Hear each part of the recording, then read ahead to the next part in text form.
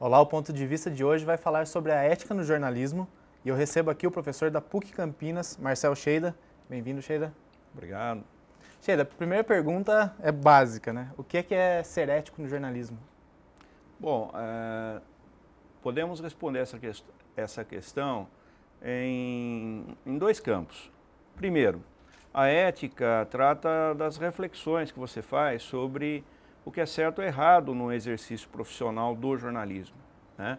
Então, num primeiro momento, podemos dizer que a ética é a reflexão, é o pensar, né, sobre os seus atos, né, que tem uma característica moral, quer dizer, seus atos morais, ou seja, seus atos baseados no que é certo e errado no exercício profissional, né? Num segundo momento também, a palavra ética é sinônimo de moral, né? Então, significa eu estou agindo num determinado momento, diante de uma determinada situação, e eu tenho que tomar uma decisão, né? Vamos supor, uma questão simples. A fonte pede para não se identificar ou me passar uma informação, né? Eu devo aceitar isso ou não devo? Naquele momento em que eu estou decidindo, eu estou agindo moralmente ou eticamente também, né? Então eu posso pensar a ética como um campo, uma disciplina, né, sobre o exercício do jornalismo na perspectiva do que é correto, do que é incorreto, como também a ética é um termo que designa essa prática cotidiana do jornalista em enfrentar desafios em que ele tem que tomar uma decisão. Então a gente pode dizer que ser antiético seria ir contra essas regras? O termo antiético é equivalente a ser imoral, né? Quando um jornalista mente, por exemplo, ele age, né, de forma antiética ou ele está tendo uma conduta imoral no exercício da profissão. A não revelação de fontes ou a revelação de fontes sem a vontade dela, isso aí implica alguma coisa para o jornalista? Bom, claro que implica. O Código de Ética dos Jornalistas no Brasil, e isso de certo modo é uma cláusula adotada pelos jornalistas no mundo, né? Diante de uma informação que é de relevante interesse público, o jornalista pode manter o anonimato da fonte, né? Isso, de certo modo, até na nossa Constituição, isso é previsto, né? No exercício profissional, você manter o anonimato. No entanto, o jornalista tem que tomar várias precauções para divulgar uma informação baseada numa fonte anônima, ou seja, ele tem que checar, tem que apurar melhor, tem que se documentar. Agora, o mundo que está hoje aí, né, extremamente acelerado, faz com que muitas vezes o jornalista se acomode em usar a informação que é obtida de fontes anônimas, né, simplesmente com o intuito de garantir a produção ou às vezes com a pretensão de furar os concorrentes, né? E aí ele corre um risco muito grande de publicar uma informação que não está bem apurada, né? Daí a gente cai muito no jornalismo declaratório que fala, né? Isso, no declaratório, que é muito comum, né, ocorrer exatamente por causa dessa pressa, né, e por causa de uma certa zona de comodismo que o jornalista usufrui de não apurar de forma mais crítica, né, aquela informação. E, Scheida, a gente falou muito do papel do jornalista, mas qual que é o papel do veículo? Como que um veículo ele pode se manter ético? Bom, depende do veículo. A ética, antes de tudo, trata do comportamento moral do indivíduo, né? Quando a gente fala da organização da empresa, a gente cai aí numa outra dimensão, que são as regras, né? A linha editorial, a política editorial, né? Então, são regras que se inspiram, né, em certos valores éticos, certos valores morais, mas a empresa em si é uma organização que tem uma projeção política e econômica, né? No caso aí, muitas empresas se inspiram nos valores éticos, por exemplo, para definir que um dos princípios editoriais é publicar aquilo que é verdade, né? Só que isso aí serve apenas como um orientador, né? Porque a gente sabe que no campo da prática política e econômica, a empresa nem sempre é visível nos seus atos, né? Ou como se diz usando um termo mais comum, nem sempre é tão transparente. Então essa verdade é um valor que orienta e que também está direcionado para um determinado fazer apenas, né? Então nós temos essas contradições aí na relação entre a empresa e o fazer jornalístico. Então a gente pode dizer que às vezes a empresa ela acaba criando uma ética de acordo com o manual dela, o manual de redação dela. ou não? Olha, o que ocorre nas empresas jornalísticas é que elas adotam a elaboração de certos manuais ou princípios, ou cartas de princípios, né? Aqui no Brasil, por exemplo, todas as associações que reúnem as empresas de comunicação, a ABERT, a NJ, todas, a BERJ, a de revista, Associação Brasileira dos Editores de Revista também, eles têm um código de princípios, né? Agora, cada empresa também tem o seu, né, que de certo modo compõe a política editorial dessa empresa. Não são todas, porque principalmente as médias e pequenas empresas não dão muita atenção para isso, né? Agora, as grandes têm geralmente sua carta de princípio ou seu manual que estabelece algumas orientações éticas, né? Agora, a ética ou esses princípios, essas normas, esses valores são orientadores, né? Porque muitas vezes a pessoa se depara com certas pressões, certos conflitos de interesses que geram decisões que nem sempre estão amparadas por aqueles princípios éticos, né? Os interesses, às vezes, mais privados, né? Os interesses mais particulares, diante de uma situação que é um desafio, né? A empresa tem que resolver um problema, por exemplo, sobrevivência econômica, né? Ela muitas vezes adota vamos dizer assim, uma solução que muitas vezes contraria aquele princípio ético. Mas, no entanto, ela busca uma sobrevivência que lá na frente pode ser positiva para ela, né? Por exemplo, uma empresa que tem que demitir um grupo de jornalistas, né? Toda demissão é ruim, né? Agora, a empresa muitas vezes precisa fazer isso para sobreviver economicamente. Então, ela busca algo benéfico lá na frente, causando esse problema. Agora, nós temos casos mais graves, que são as empresas, muitas vezes, que por interesses, né, muitas vezes deixam de publicar informações de interesse público, produzem notícias que são altamente tendenciosas para favorecer um grupo privado, né, um grupo de interesses. Então, isso aí é altamente questionável, tanto política como eticamente também. Existe um alinhamento, Sheila, entre o que a legislação prevê, a convenção determinada pelas associações prevê do que é ser ético ou não, da conduta do jornalismo, e o que o manual de redação ou o que o editorial das empresas prevê? Bom, vamos por parte aí. É a questão um pouco complexa. Primeiro, a ética não diz como você tem que agir. Ela não se trata de uma fórmula de comportamento, né? Trata-se de orientações, né, de princípios, como o próprio termo diz, né, que orientam uma decisão ou que orientam uma ação. Agora, quando você está diante de um problema, nem sempre você se submete drasticamente àquela a norma, né? E vai depender do problema que é enfrentado. Ocorre que esse campo é um campo bastante conflitivo, né, ou conflituoso, né? Por quê? Porque no campo da comunicação, à medida em que você projeta informações de variadas fontes, inevitavelmente surge o conflito, né? O campo da comunicação social é um campo político. Se é um campo político, é um campo de conflito, né, dos mais variados interesses. O que a empresa jornalística hoje no Brasil procura fazer, primeiro, né, é sobreviver economicamente, né? Porque essa é a razão maior da estrutura empresarial. Ela é uma organização econômica, contábil, né, que tem interesses políticos bem claros nisso aí, tá certo? A notícia é uma mercadoria, né? Ela virou até mesmo, pode-se dizer, um tipo de commodity. É uma mercadoria que a empresa manuseia para obter o seu lucro e a sua sobrevivência. No entanto, nós temos diversos modelos de empresas. Há as empresas que têm uma estrutura basicamente, né, capitalista, né, econômico, financeiro, organizada, etc. e tal, como resultado da iniciativa privada. E nós temos também empresas que são estatais, organizações estatais ou até mesmo áreas pertencentes ao governo do Estado que produzem informação, que manuseiam informação, como é o caso aqui da TV Câmara, né? Que eu acho que é um avanço muito grande em termos de da transparência, da maior visibilidade ao que é feito e o que pensa o mundo político governamental. Nesse caso, nós temos aí éticas diferentes, né? A forma de pensar o que é certo e errado é diferente.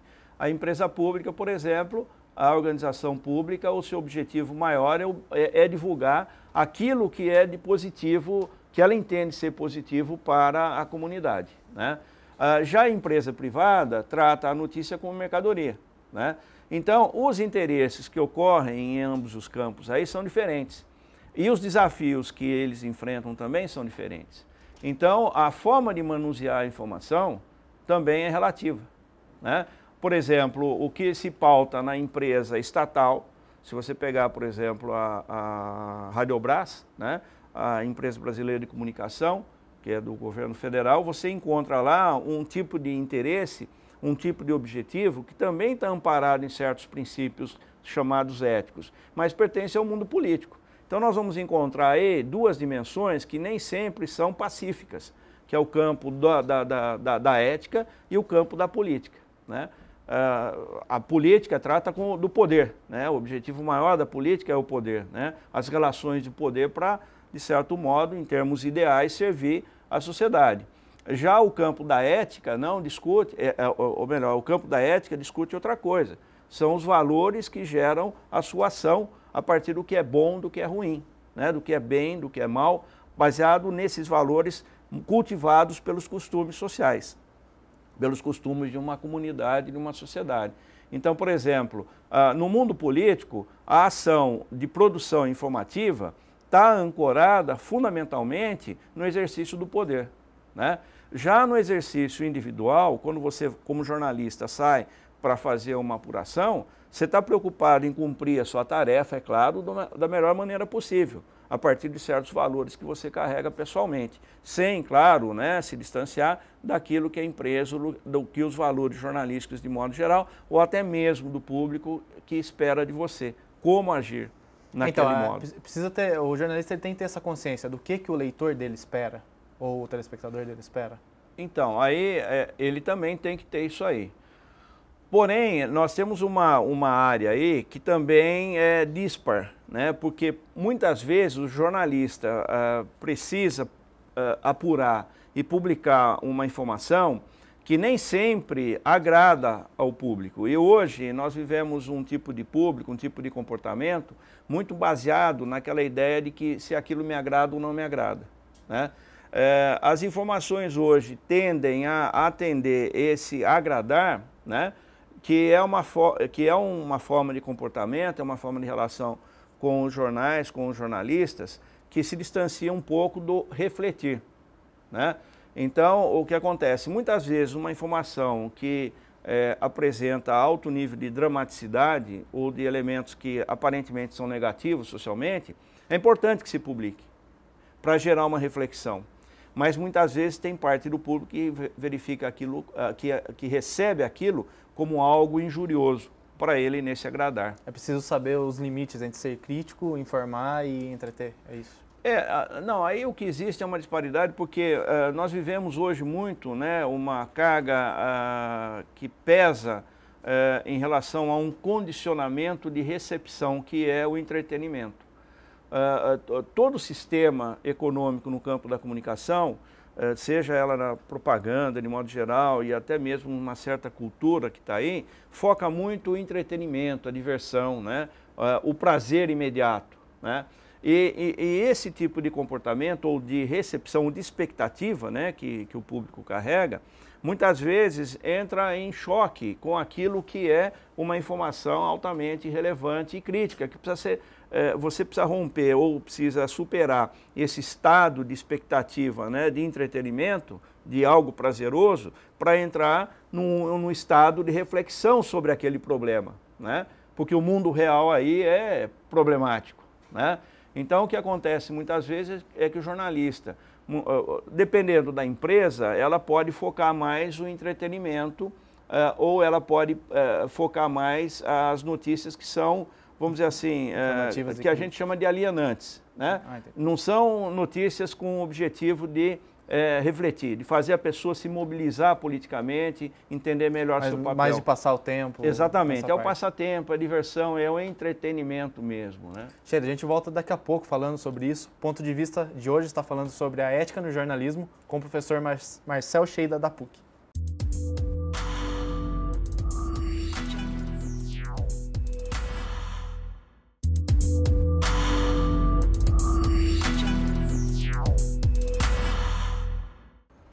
Estamos de volta com o Ponto de Vista, discutindo a ética no jornalismo com o professor Marcel Scheida, da PUC Campinas.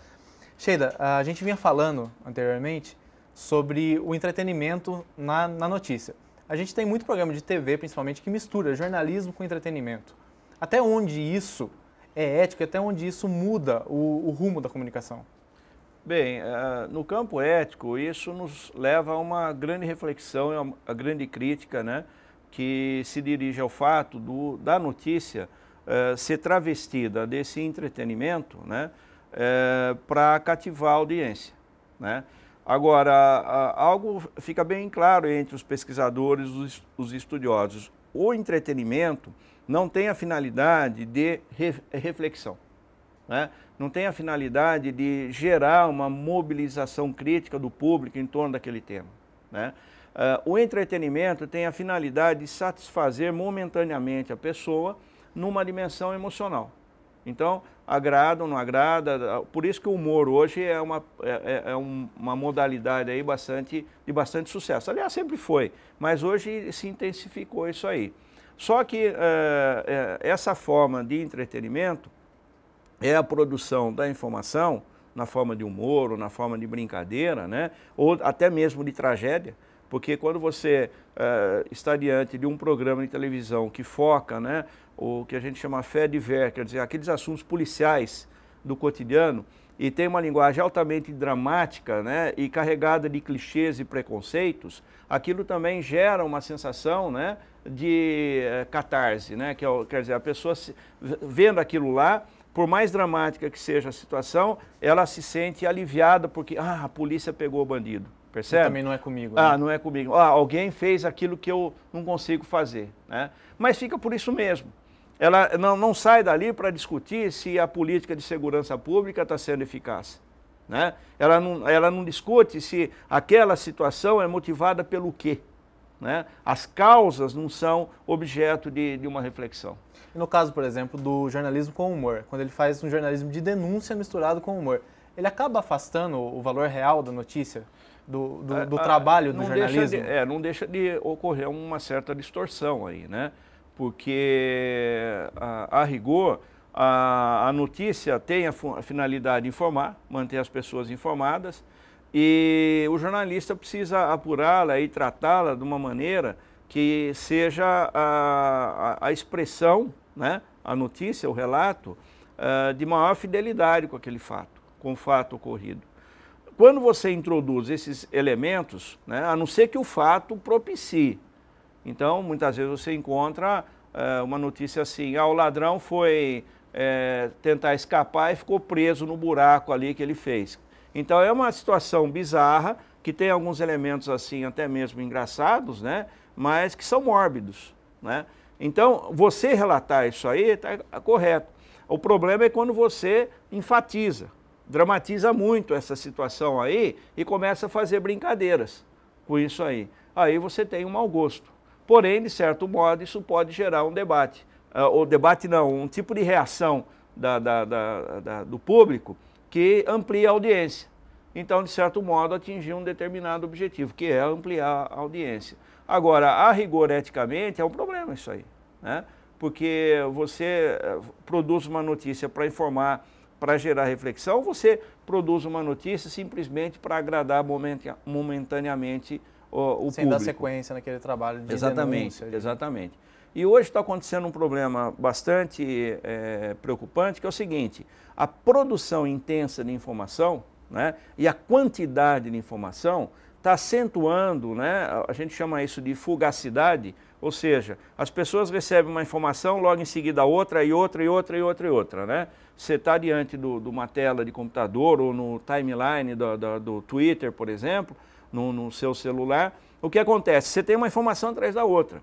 Não dá tempo para reflexão, né? Você não chega a consumir a notícia profundamente. Exatamente. Então isso aí gera vamos dizer assim, um estado, né, de alienação, um estado assim de uma certa, vamos dizer assim, de um distanciamento, né, com as causas daqueles problemas que são noticiados, né? E isso aí contribui também para essa audiência. Hoje as pessoas estão muito condicionadas, né? Tem um monte de informação e muitas vezes as pessoas não sabem o que fazer com esse monte de informação. Elas vão registrando, né, superficialmente essas informações, que são fugazes, né? É uma atrás da outra, né? E não gera essa grande reflexão, ou essa... Sheila, desculpa te interromper, mas a gente entra também nessa parte de entretenimento, naquele ponto do jornalismo voltado para celebridades. Até onde essa invasão da privacidade ela é aceitável? Bom, ela só é aceitável, por exemplo, você tem revistas especializadas ou programas especializados, né, nesse mundo da celebridade. A gente nota aí que muitas dessas celebridades procuram preservar a sua vida privada, né? Outras nem tanto, né? Aquelas principalmente que querem uma ascensão no mundo, né, do entretenimento, procuram se expor. Aquelas que já estão, por exemplo, o caso do Roberto Carlos aí no Brasil, muito conhecido, que procura preservar a sua vida pessoal, sua vida privada, né? No outro campo, por exemplo, o próprio Chico Buarque, enfim, nós temos aí pessoas de uma geração mais velha que já obtiveram sucesso, mas marcaram a sua carreira por uma certa privacidade, um certo controle de privacidade. Agora, aqueles que estão principalmente iniciando sua carreira no mundo do entretenimento, não se preocupam tanto com isso. E esse é um campo que traz uma alta satisfação emocional no público. Então, o que acontece? Onde que está o limite disso aí? Primeiro, na forma como a própria celebridade trata a sua vida privada. Esse é um ponto de partida. Então, a culpa não seria totalmente do jornalista ou do veículo? Não, nós temos que pensar a organização ou a política editorial da empresa, se ela é focada no mundo da celebridade. Então, se ela é focada naquilo, né, como nós temos aí a própria revista Caras, que é um exemplo, e outras revistas similares, ou programas de televisão também que falam da fofoca, os programas de fofoca, etc. e tal. Então, essa política editorial gera um tipo de ação jornalística, que é a busca de informação sobre esse mundo das celebridades. E os jornalistas, os fotógrafos, os cameramen vão atrás disso aí, né, para obter o máximo possível de informação. Mas nos ambientes que isso aí favorece, ou seja, favorece a obtenção de informação. Muitas celebridades se dispõem a atender, outras nem tanto, né? Então cria-se aí um conflito.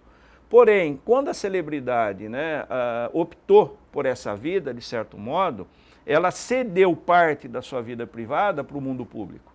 É inevitável, não tem como, né? Agora, o jornalista, ou os jornais, ou os fotógrafos, muitas vezes, chegam a abusar, chegam a invadir um espaço de privacidade e intimidade dessas pessoas.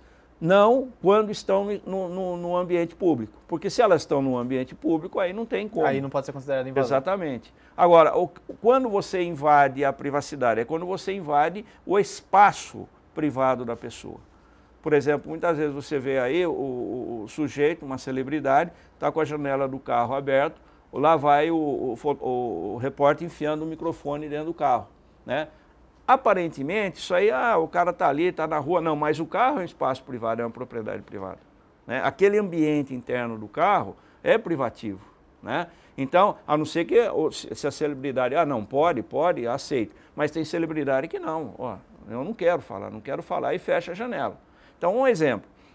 E o outro é invadir o espaço, né, residencial, o espaço de trabalho da pessoa, o que não é correto isso aí. Agora, a celebridade e o jornalista, sempre, nos últimos tempos, sempre tiveram um certo conflito, né? Porque o que acontece? A celebridade quer se expor de uma maneira positiva, porque está envolvida a imagem, a carreira, o interesse econômico dela, etc. e tal. O jornalista quer expor isso publicamente. Como a celebridade ofereceu uma parte do que ela faz para o mundo público, fica uma fronteira um pouco difícil de delimitar. Entre o jornalista saber o que ele realmente pode explorar. Não, ele sabe. O jornalista, eticamente, é obrigado a saber. Eu não posso invadir a propriedade da pessoa. O espaço da propriedade dela, não. Agora, o outro que é um pouco complicado também é a intimidade. Porque a intimidade está exatamente no controle e no limite do corpo. Até que momento, ou como, em que situação o jornalista deve invadir a intimidade? Por exemplo, quando a gente lê sobre notícias relativas à relação amorosa, relação sexual de algumas celebridades, né, o relacionamento sexual de algumas celebridades, isso já pertence ao mundo da intimidade. Aí o jornalista, né, ele já extrapolou, então, o limite. Ele não só extrapola, né, a alguns princípios éticos, né, mas como ele expõe determinado tipo de informação, determinado tipo de celebridade. E qual é o objetivo desse tipo de informação? Isso causa algum dano para o jornalismo em si? Causa e não causa, porque ó, se você tem um público, né, receptivo a esse tipo de informação, você tem audiência, né? Tanto que, se nós pensarmos no jornalismo,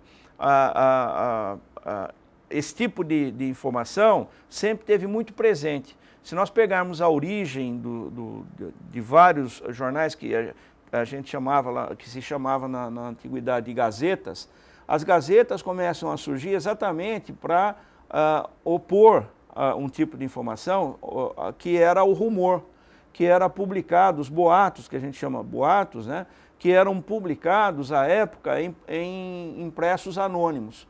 Então, por exemplo, isso é um histórico muito interessante, é o que ocorre na França, no período anterior à Revolução Francesa, em que o próprio, bem anterior, começa lá no século XVII propriamente, quando, por volta de 1630, surge um primeiro jornal oficial francês, uma gazeta, né, da monarquia francesa, que vinha com o objetivo exatamente de se opor aos boatos e rumores que eram publicados em folhas anônimas, né?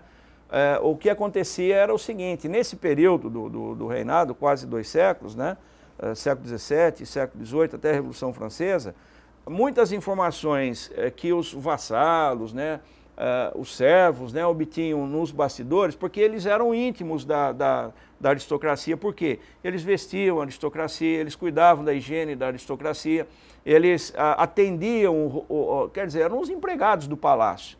Então eles acabavam viviam, expondo... Aí eles serviam de fontes, muitas vezes, para esses sujeitos que eram, vamos dizer assim, os proto-repórteres, né? Quer dizer, são os primeiros repórteres lá no passado do jornalismo, em que eles pegavam essas informações e a forma que eles tinham de atingir a família real era publicando-as em folhetos anônimos. Então, você tinha muitos folhetos anônimos com o relato do quem era amante de quem estava saindo com quem, né? Quem estava traindo quem. Esses fatos de bastidores da intimidade da aristocracia vão se transformando em notícia. A origem da notícia de celebridade está aí, basicamente. Já começou bem lá anteriormente. Começou lá atrás. Então, isso aí pertence, né, ao universo do jornalismo, que vai gerar posteriormente as publicações especializadas nesse universo. Para a gente encerrar essa parte, Sheida, você falou um pouco sobre a invasão da privacidade. A gente já chegou a comentar sobre a violência, né, a espetacularização da violência que existe. Isso é uma invasão de privacidade também? Quando você mostra um familiar de alguém morto, um acidente? Então, o que ocorre muitas vezes é não só a invasão de privacidade, mas da intimidade. Então, por exemplo, você, num velório, né, até onde o jornalista deve, num velório, né, fazer a apuração de modo a obter a informação, mas não constranger as pessoas, principalmente os familiares, né? É uma situação delicada, né? Por exemplo, ocorreu algo aqui semelhante a uma situação aí que podia ilustrar isso aí, né? Há um tempo atrás, uma pessoa sofreu um acidente, né? Ficou presa no carro e as suas vestes, uma mulher, as suas vestes ficaram ali rasgadas e tal, e o repórter foi filmar lá aquela imagem bem em cima, bem em close, bem próxima, né? Quer dizer, isso aí não deixa de ser, de certo modo, também uma exposição de intimidade, né? Naquela situação. Uma falta de respeito. E mais ainda pela situação humilhante que estava a mulher, né? Naquela situação do destroço ali, da situação do acidente, né? Uma situação, um ambiente, um cenário, né, de desastre, né? Então não deixa de ter um aspecto humilhante aquela cena, né? Então, à medida em que o cinegrafista vai lá e o jornalista força, tenta obter uma informação, uma palavra, uma declaração ali, ele, de certo modo, está abusando Ele passou do limite ético, claro, dele. Porque tem que pensar o seguinte, né, no jornalismo: para que serve essa informação? Isso aí vai contribuir para melhorar, né, a reflexão sobre esse fato? Então nós vamos nos deparar muitas vezes a invasão da privacidade, da intimidade, é busca de informação que exatamente não contribui muitas vezes, a não ser que seja um homem público, né? O homem público, sim.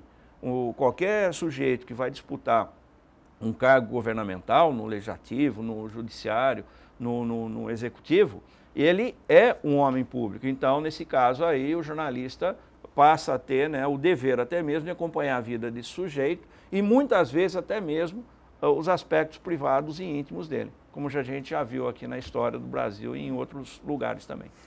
Tá joia. O Ponto de Vista de hoje está falando sobre a ética no jornalismo com o professor Marcel Sheida, da PUC Campinas. A gente volta já já.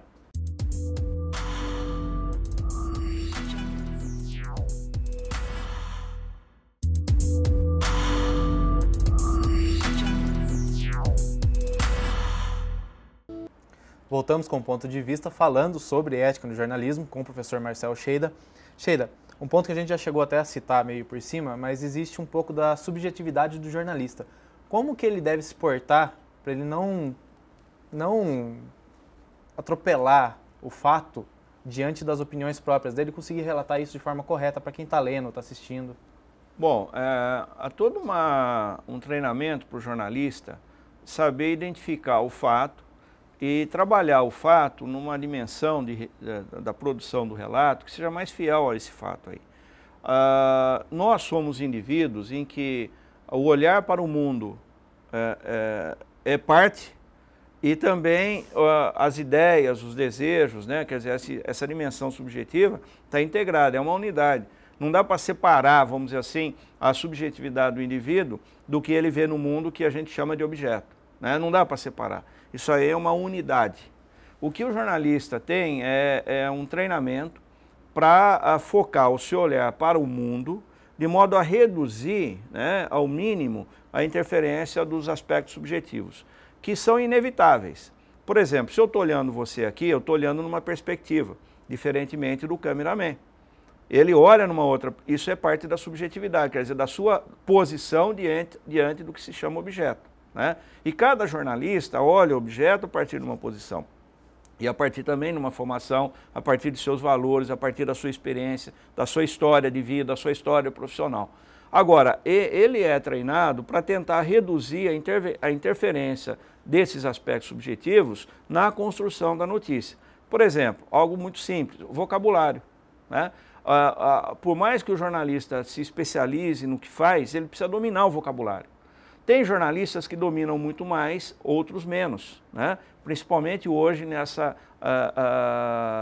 luta, né? Nessa pressa em se produzir informação, a gente verifica que o vocabulário hoje está muito restrito na produção de notícia. Então, isso é fruto não só de aspectos objetivos, de como se produz, mas também de aspectos subjetivos. Que vocabulário que eu domino para contar uma coisa? Então, não há como... Qual vocabulário eu devo usar para contar aqui? Exatamente. Então, isso vai depender de cada indivíduo, percebe?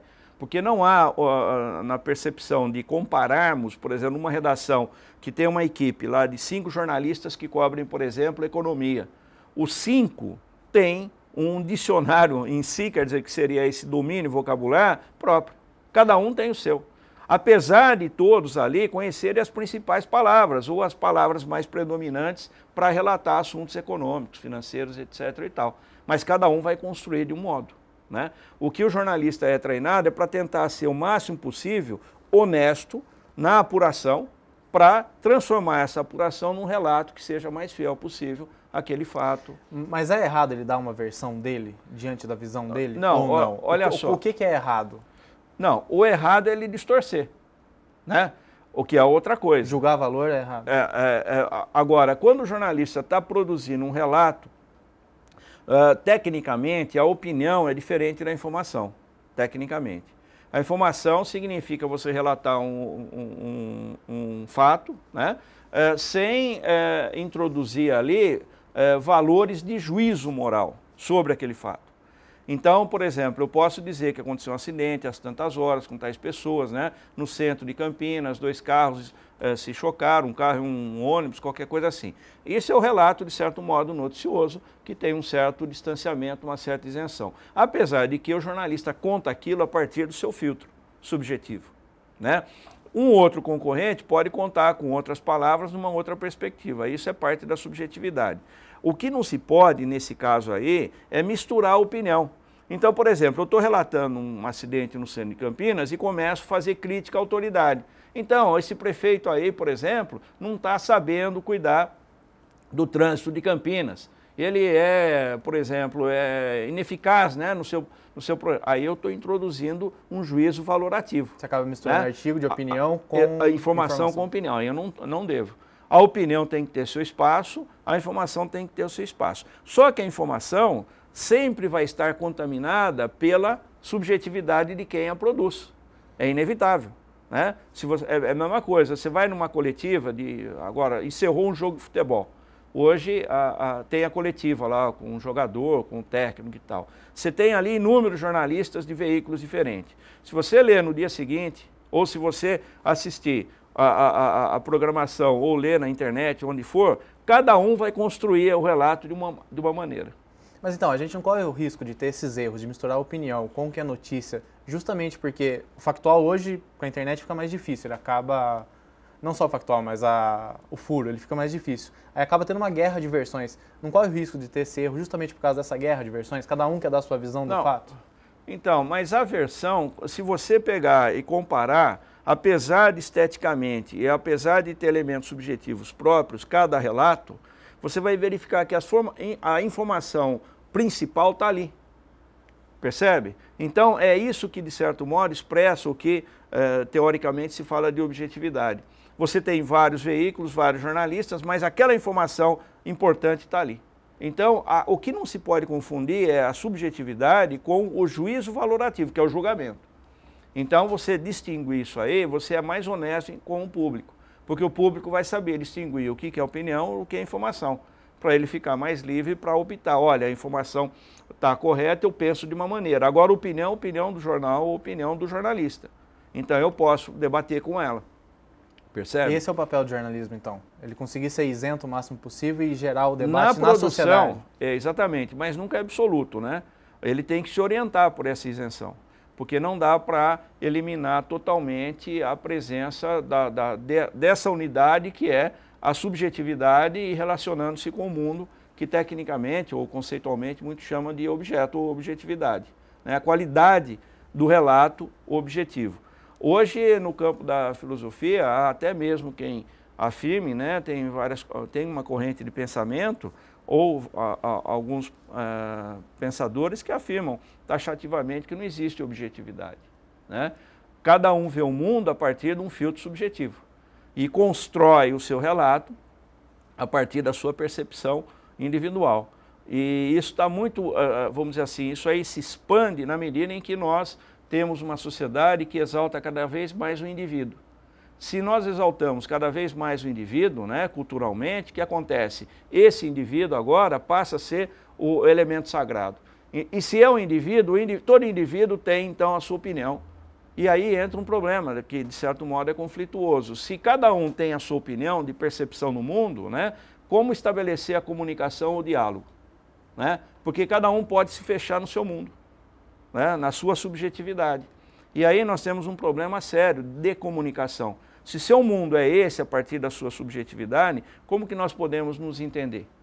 E também no processo da produção da notícia, porque ela passa do jornalista para o editor, ela passa por várias pessoas, claro, até chegar ao público. Como não se perder nesse caminho? Então, a questão de fundo é o seguinte, o jornalismo é um ato coletivo, né? Por mais que o repórter individualmente vá apurar, vá produzir, o processo da publicação, da edição é coletivo. Não tem como fugir disso, é inescapável, né? A não ser que você tenha um blog, que é outra coisa. O blog é uma expressão mais subjetiva, né? Mais pessoal, né? Exatamente. Agora, quando você vai... por quê? Porque algo que é fundamental no jornalismo é o contraditório, né? Tanto na forma de você apurar as várias versões de um fato, como também você submeter aquilo que você produz àquela hierarquia, que hoje está desaparecendo nos jornais. Por quê? Não está se tendo tempo, muitas vezes, de editar uma informação, mas sim publicá-la. Então nós vemos hoje, por exemplo, vários sites, né, que são chamados de agregadores de notícia, etc. e tal, que pega a informação e já publica. né? Às vezes não tem nenhuma reflexão editorial de melhorar aquele texto, de apurar melhor, né? Porque o texto é fruto de uma boa apuração. Esses sites simplesmente publicam, né? É claro que há um tipo de edição ali, mas não é aquela edição jornalisticamente comprometida com uma melhor qualidade. Aquela edição questionável, né? Mas que essa edição de maior qualidade é fruto de uma relação entre o que é apurado, o que é checado, o que é documentado e o texto final para ser publicado. Muitas vezes o que a gente vê na internet com esses vários sites é que eles coletam notícias de várias outras fontes na própria internet, né? Ou então de assessorias de imprensa que chegam material para eles, e eles fazem o que, vamos dizer assim, na escola chamava paráfrase, né? Fazem eles reescrevem aquele texto. Não deixa de ser uma forma de edição, percebe? Mas ela não está comprometida com uma checagem, uma apuração na informação. Eles não produzem a partir da apuração. Se tiver um erro ali, esse erro vai ser somente Exatamente. Se copiado, tiver um erro, como já tem acontecido, né? Que há uma reprodução de erros, né? Em função de não haver essa checagem, de não haver essa apuração. E Sheida, corre o risco de haver mais erros, principalmente no campo ético, justamente por causa desse jornalismo da internet? Bom, o que acontece é o seguinte, o erro sempre esteve presente no jornalismo, né? Agora, o mundo da internet, essa horizontalização do processo de produção de informação e divulgação, porque qualquer pessoa hoje pode abrir uma página em rede social, né? E publicar o que pensa, o que vê, o que vive no dia a dia. Então você tem uma profusão aí, né? Magnífica de informação, né? Agora, isso aí não significa ser jornalismo, né? O jornalismo passa por um processo hoje de mudança drástica, né? Essa chamada revolução digital que está presente aí é tão drástica, a gente não sabe ainda o que pode acontecer daqui para frente, há quem preveja tais mudanças, como vai acontecer. Mas o jornalismo está sofrendo essa mudança que, no meu modo de entender, né, é uma grande revolução no campo da comunicação, é uma grande crise no campo da comunicação, em todas as áreas, não é só no jornalismo, né? Um exemplo simples, porque não é só no jornalismo. Hoje, qualquer pessoa pode acessar na internet sites com informação na área de saúde. Então, eu posso, por exemplo, eu estou com um sintoma de alguma coisa, eu procuro lá medicamento ou remédio para gripe, vou lá e pego. Eu não preciso ir no médico. A medicina, como qualquer área, está sofrendo dessa crise também, né?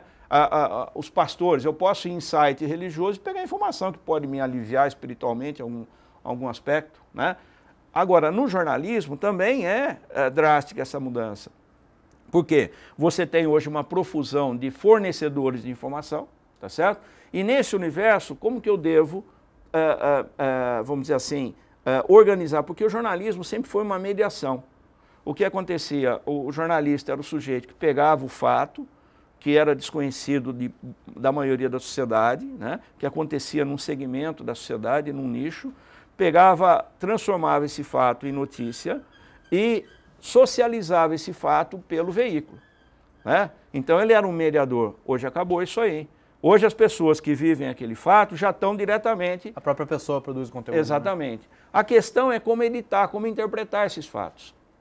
E hoje a tendência do jornalismo é investir nessa interpretação e na qualificação da interpretação desses fatos, para melhor clarificá-lo para o público. Ele já não é mais aquele mediador que pega o fato e transforma em notícia. Não, ele tende, né, os jornais e jornalistas que querem acompanhar essas mudanças, eles precisam investir nesse processo, que é de melhor interpretação e melhor qualificação daquela informação. Paralelamente com cumprindo esse processo de aceleração da produção, que é muito complicado. Você tem uma combinação aí de aceleração, de velocidade do processo de produção e publicação das informações e, ao mesmo tempo, a busca de audiência. São dois fatores altamente preocupantes para a qualidade da informação. A qualidade daquilo que ele... Exatamente. A verdade e a qualidade daquilo que ele oferece. Exatamente. Por quê? O que acontece? Para eu apurar melhor um fato e a fundo, né, como se diz, né, de modo comum, eu preciso de tempo, né? Por mais que um fato aparentemente seja simples, mas todo fato, como uma construção social, é complexo. Então eu posso aparentemente ver um fato que aconteceu isso, posso relatar em 5 linhas, como posso pegar esse fato aí e transformar num livro. Então, qual é a medida editorial para eu interpretar e transformar esse processo aí num conjunto ou num relato que seja altamente esclarecedor sobre aquilo ali? Aí que a gente entra no ponto até onde ser ético, não ser ético, ser correto, fazer o trabalho de forma correta. Então, é claro, só que nós estamos também passando por um processo que afeta a ética, porque à medida em que você tem que produzir com mais velocidade, você tem pressões econômicas, né? Você tem uma competição extraordinária da produção de informação, né? Como que eu devo agir? Né? Então a ética também vamos dizer assim, é afetada profundamente, ou seja, a reflexão sobre esse mundo que está aí, né? De uma produção diferente de informação, de uma oferta diferente de informação, como o jornalista deve agir. Alguns princípios ainda prevalecem, por exemplo, o jornalista tem que buscar o que ficou de tradicional aí, a verdade, né? Mas que verdade é essa? Sheila, infelizmente nosso tempo já acabou.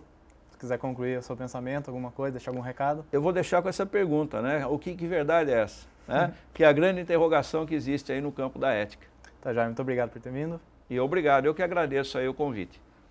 Esse foi o Ponto de Vista, conversou com o professor da PUC Campinas, Marcel Sheila, sobre ética no jornalismo e outros assuntos envolvendo a comunicação aí. Até o próximo programa.